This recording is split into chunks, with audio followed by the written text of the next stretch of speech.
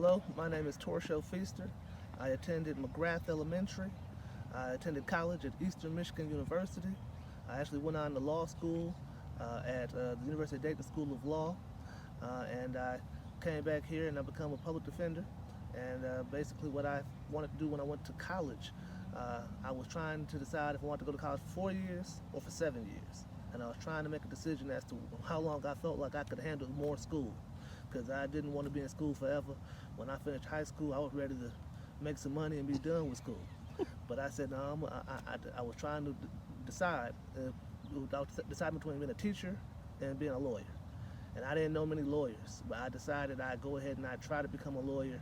I said, I'll shoot for the stars, and if I don't make it, I can always go back and become a teacher. And so I went to school for 4 years for college, 3 years for law school, became a lawyer, and now I'm able to serve my community as a public defender and try to help people who need good lawyers.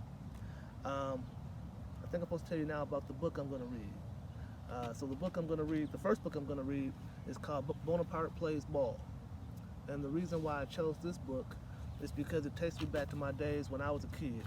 I used to play Little League Baseball, and I used to love my time playing Little League Baseball. Ultimately, I wasn't that good of a baseball player. I was a much better basketball player. So in middle school and high school, I moved on to play basketball.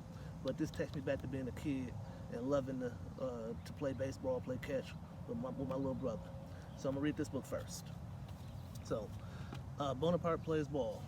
This is by Marguerite Kyler. All right. So it was the Weird series, not World Series, Weird series. Bonaparte's team, the Little Monsters, was playing the Mighty Aliens on Saturday.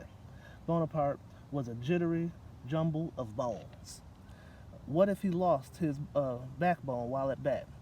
What if his fetching dog, Manable, dropped one of the loose bones?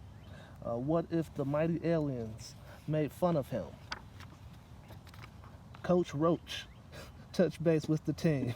You need to practice hard all week, he said. That's how you win.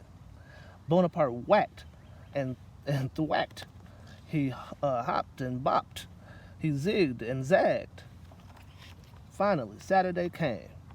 The monsters took the field as the Mighty Aliens clattered and scattered to their dugout. We'll eclipse the monsters, shouted Moon Bob. The aliens were first up. Flamethrower cobbled a double and charged to second. Eggcracker slapped a single, scrambling to first. The aliens had two strikeouts before Galactic Slimer slugged a moonshot into outer space, allowing his teammates to orbit the bases on his 3-run homer.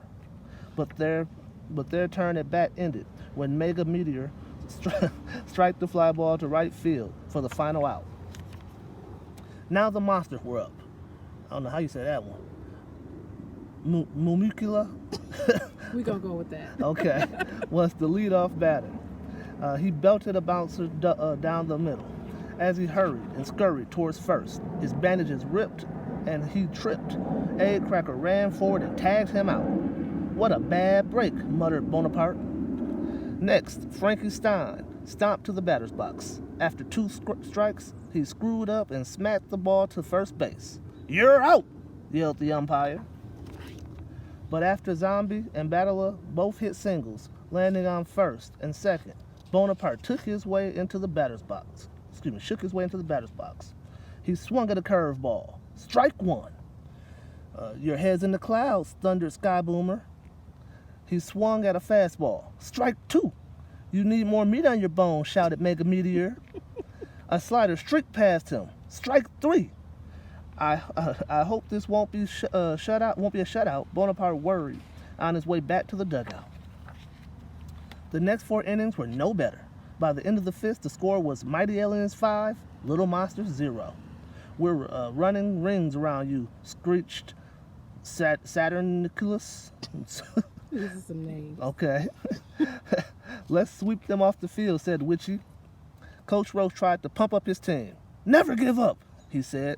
It ain't over till it's over. Let's vaporize them, cried Ghosty. Let's squash them, yelled Pumpkinhead. At the top of the sixth, the monsters roared back to life, retiring the aliens one by one. Bonaparte was so charged up he could barely hold himself together. When it was the monster's turn, Manucula tried to keep his excitement under wraps as he faced down the pitcher. Manucula shot a line drive to left field, sliding into first before could be tagged. Next, Frankenstein laid down a bunt, and Zombie zipped the ball to deep right field for a single. The bases were loaded. The little monsters threw their mitts into the air and started cheering. We can't be beat. We can't defeat, they chanted. Luckily, Baticula, the monster's cleanup hitter, was up next. As he grabbed the bat, Snatcher flashed garlic at him. Ooh, that's low. Battler fainted. Rebolting, cried Frankenstein. Boo! Shouted Ghosty. Skullduggery! Screamed Bonaparte. Coach Roach called for a timeout. Suddenly, Bonaparte had a brainstorm.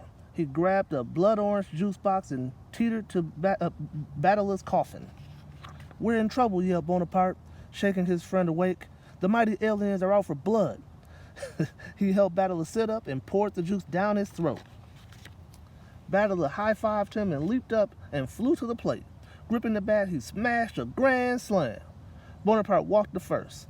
The Blackie Widow knocked in 2 runs before the rally ended with a double play and a pop-up. Now it was a whole new ball game. The monsters were still flying high during the 7th inning stretch. Monsters, monsters, rah, rah, rah. Aliens, aliens, ha, ha, ha, they chanted. But the mighty aliens battled back in the 8th, with Moon Bobs hitting a dinger to tie the score. It was a white-knuckle game. The score was still tied at the bottom of the 9th, with just one out left. After Zombie and Battler struck out, it was all up to Bonaparte. Never give up! Never give up! Never give up! Bonaparte repeated, quivering and shivering, but gaining courage as he quickly clanked to the plate. Greased lightning. The alien relief pitcher fired a slider. Bonaparte whipped his bat around and swung for the fences. He connected with a bone-crunching wallop. Bonaparte's arm reached first base before he did, but he slapped it into place. Snapped it into place. Then he rattled around the bases, touching home plate for a walk-off home run. The final score was Little Monster 7, Mighty Alien 6. The Little Monsters had won the game. You really went to bat for us, yelled Bonaparte's friends, throwing him into the air. Even the mighty aliens had to admit that Bonaparte was a shining star. Bonaparte was so excited he fell to pieces. But he didn't even care. Mandible was there to put him back together. I think that's the end of Bonaparte Plays Ball.